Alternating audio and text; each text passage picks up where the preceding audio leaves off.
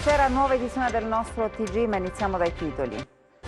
Le mareggiate dei giorni scorsi hanno creato notevoli problemi nei comuni costieri, i danni più ingenti sul Tirreno cosentino. 10 anni disastrosi per l'edilizia calabrese che ha perso 24.000 posti di lavoro, grido d'allarme dei sindacati, sbloccate i cantieri. Scoppia la guerra all'interno del PD, i componenti dell'Assemblea Nazionale del partito scrivono a Zingaretti: non verremo a Bologna, partito gestito con metodi stalinisti. Tornavano in Calabria dopo essersi recati al Gemelli a Roma per una visita, muoiono in un incidente sulla A30, mamma e figlia. Le due donne erano a bordo dell'auto guidata dal padre che è rimasto ferito. Le mareggiate dei giorni scorsi dunque hanno creato danni e disagi soprattutto sulla costa tirrenica cosentina. A Campora San Giovanni a rischio la statale 18. Le mareggiate dei giorni scorsi hanno fatto molti danni sulla costa tirrenica cosentina. Qui siamo a Campora San Giovanni, frazione di Amantea, e questo uno dei punti più colpiti dalle mareggiate. I muri di contenimento della statale 18 sono stati travolti dalle onde. Adesso la strada è a rischio. In altri posti, sono 13 chilometri di costa d'Amantea, sono stati fatti dei lavori come il ripascimento e la creazione di barriere, ma sottolinea il sindaco, l'erosione costiera è un'emergenza che va affrontata in maniera organica.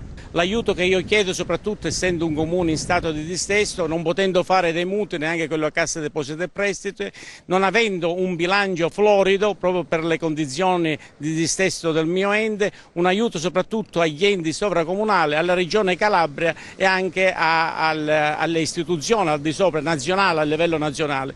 Questa è un'emergenza perché eventuali altri marosi costringerebbe la statale ad essere tagliata a metà, quindi l'intervento a mio avviso deve essere tempestivo, così come l'è stata anche per quanto riguarda il porto turistico peschereccio di Campora San Giovanni, interessato a un finanziamento di circa 4 milioni di euro, dove i nostri progettisti stanno lavorando per partorire un progetto esecutivo all'avanguardia e permettere quindi il non insabbiamento dello stesso porto, ma anche far ricostituire quella che era la vecchia spiaggia di qualche anno fa.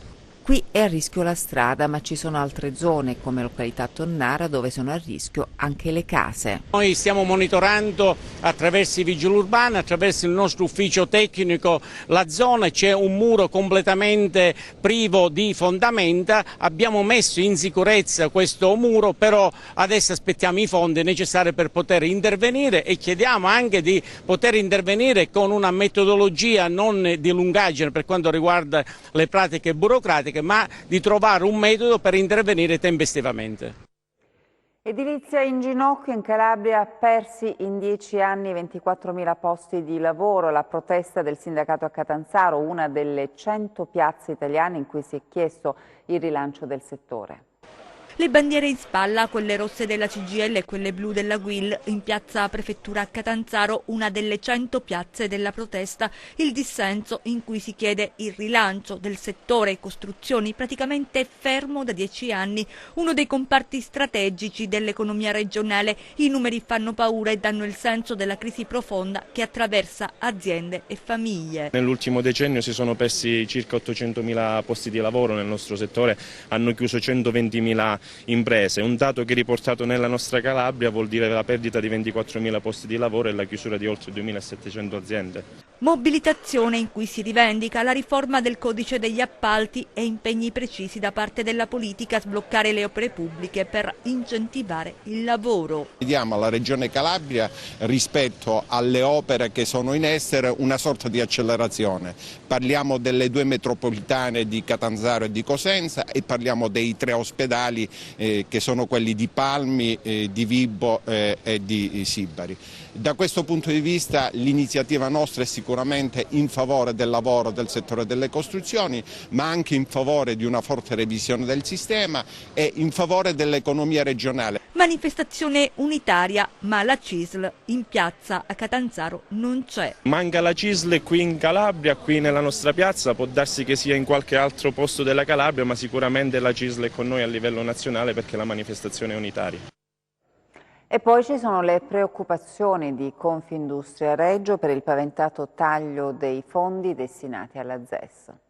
Non nasconde la sua preoccupazione Domenico Vecchio, presidente di Confindustria Reggio Calabria, dopo il paventato rischio che risorse per 250 milioni di euro previste nella legge di bilancio per la zona economica speciale ZES, che riguarderebbe Reggio e la provincia, vengano cancellate con un colpo di spugna.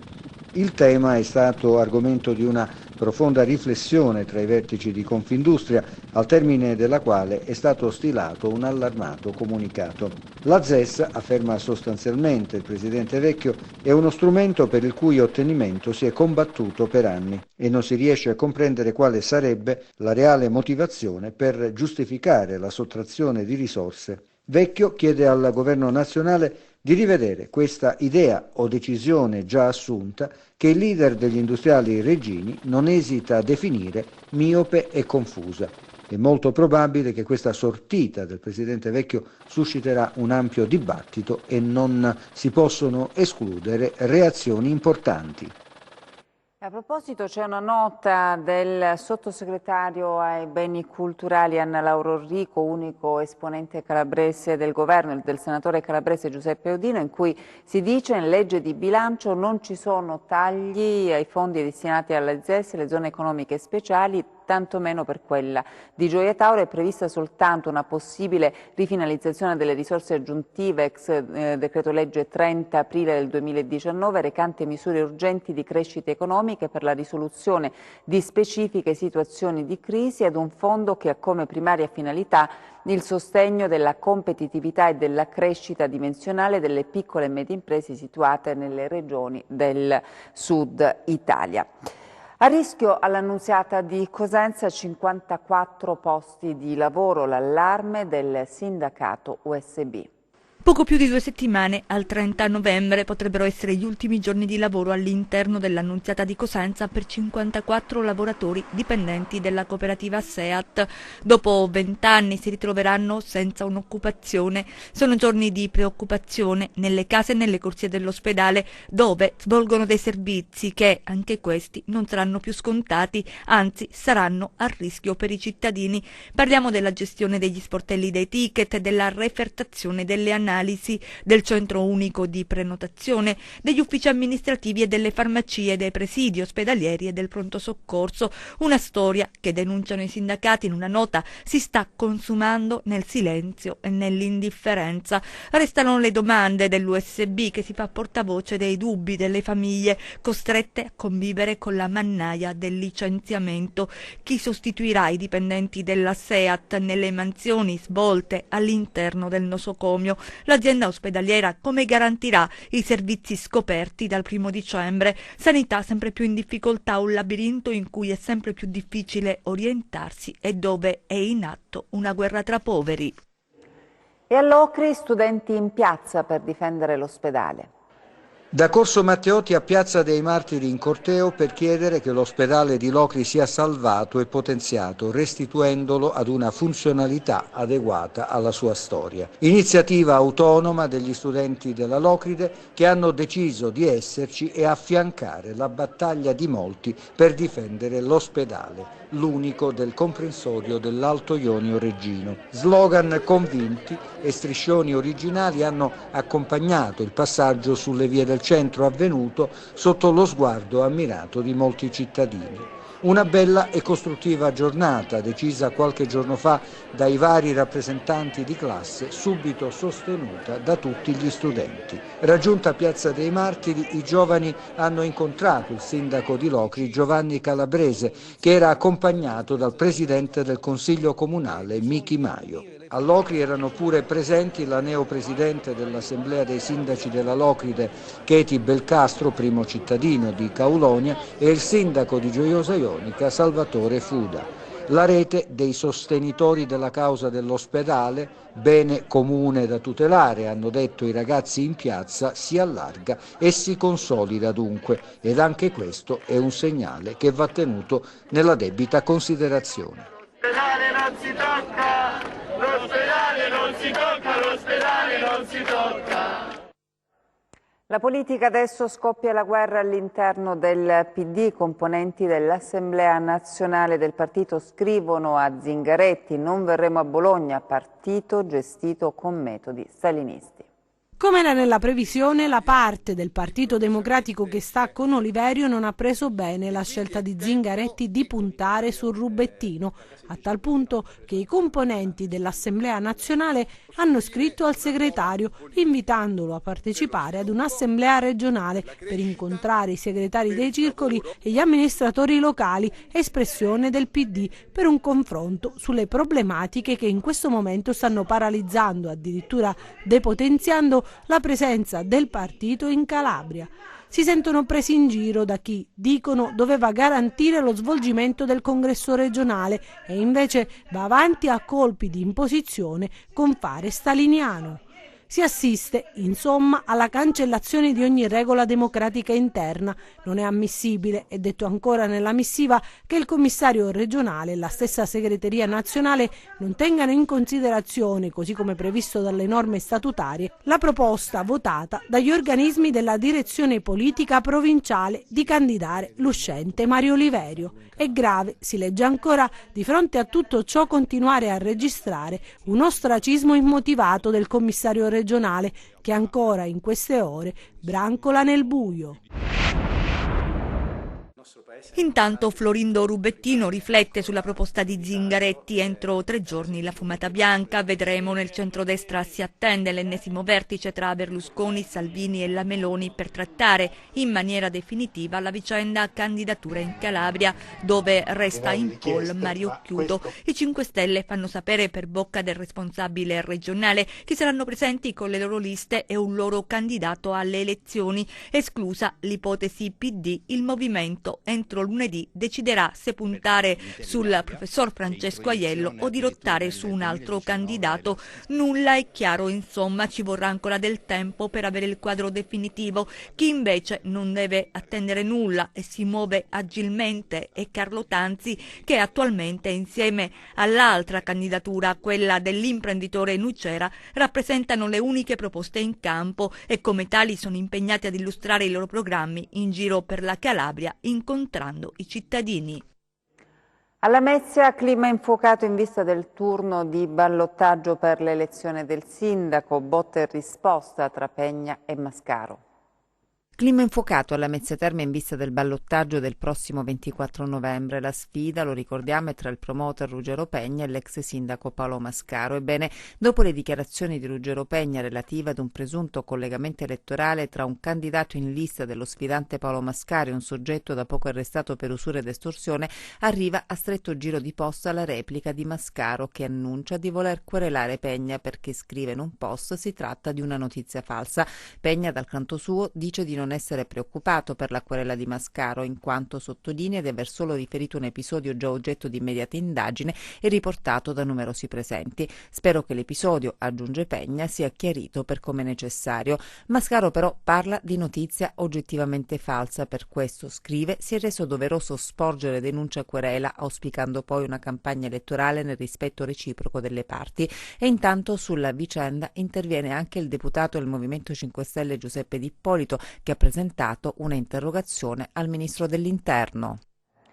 La cronaca: aveva una relazione extraconiugale con la figlia di un esponente dell''ndrangheta. Per questo l'8 febbraio del 2016 fu ucciso Alfredo Pileggi, 38 anni. A ricostruire il movente del delitto sono stati i carabinieri della compagnia di Rocella Ionica che con i colleghi di Monasterace hanno arrestato il presunto autore, Cosimo Sorgiovanni, di 41 anni, ritenuto legato alla famiglia di 'ndrangheta dei Ruga, operante nella Valle dello Stilaro, con l'accusa di omicidio aggravato dal metodo mafioso. Le altre notizie di cronaca nei nostri 100 secondi.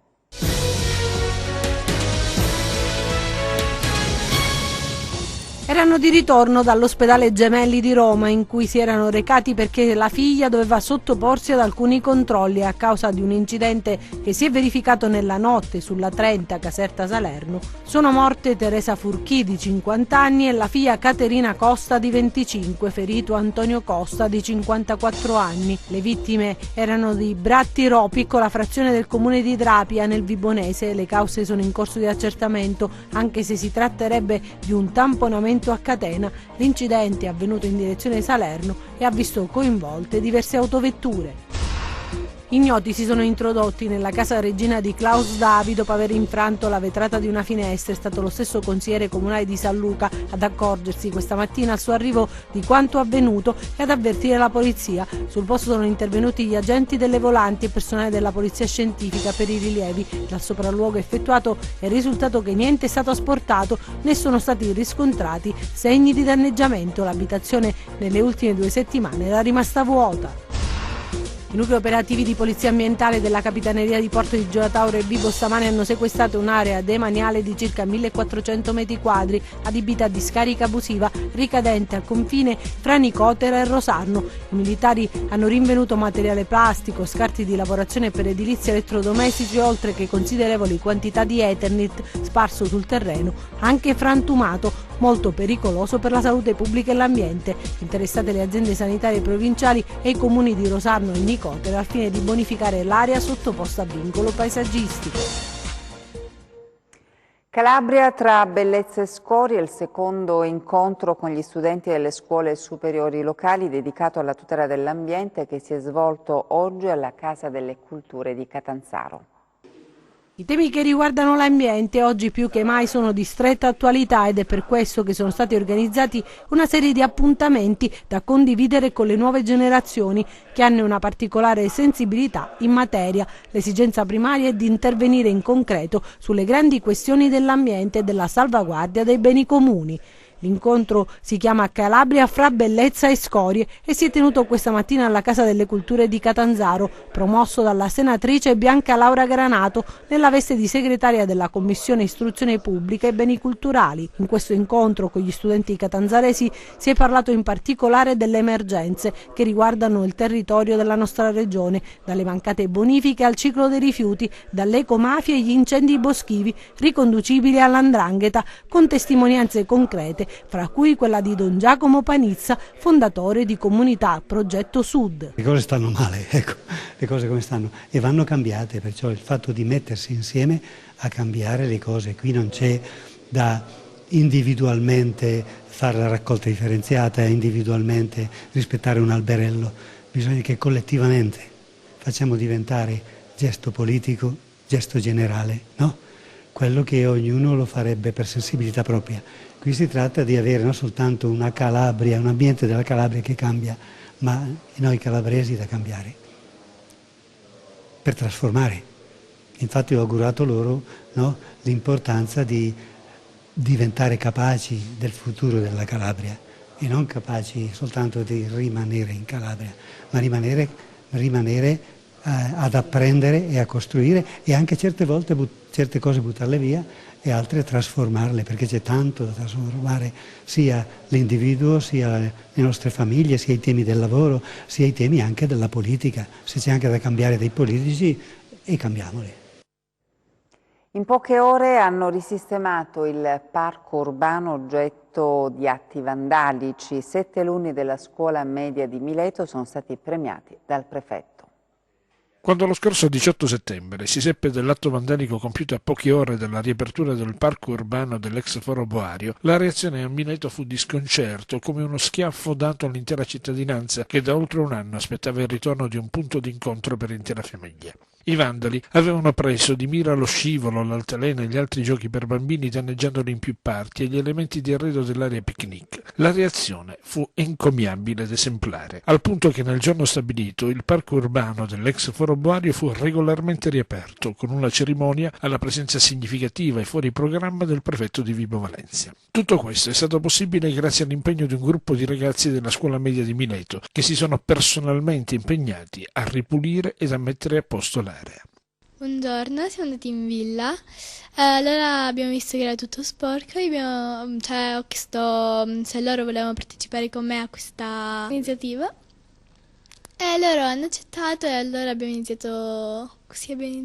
Un piccolo gesto perché vuol dire avere amore per se stessi, per la comunità e per tutto quello che ci circonda. Dobbiamo cercare di far avvicinare soprattutto i ragazzi alle istituzioni, dato che il tempo ce lo richiede, e quindi noi stiamo attivando delle iniziative per far sentire le istituzioni molto vicine, soprattutto alle giovani classi, perché saranno il nostro futuro e quindi noi ci teniamo ad avere una comunità preparata a partecipare alla vita istituzionale. Questo è l'obiettivo.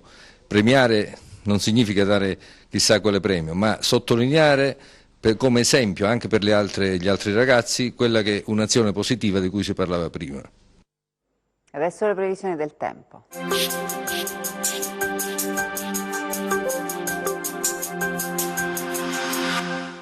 Una vasta area depressionaria sulla Francia provocherà esteso maltempo sul nord Italia, mentre la Calabria, ai margini di tale sistema, godrà di tempo variabile con qualche breve precipitazione solo sui versanti ionici centro-meridionali. Domani parzialmente nuvoloso ovunque con addensamenti più consistenti sul Reggino, Catanzarese Ionico e Crotonese, dove saranno possibili brevi piovaschi sparsi. Temperature in ulteriore aumento, in particolare nei valori minimi. Passiamo a mari e venti, domani mari generalmente molto mossi, agitato in serata lo Ionio Crotonese, Catanzarese e Reggino. Venti da sud-sud-est che in serata saranno forti ovunque. Per ulteriori approfondimenti vi rimando al sito www.meteoincalabria.com e alla nostra pagina Facebook Meteo in Calabria.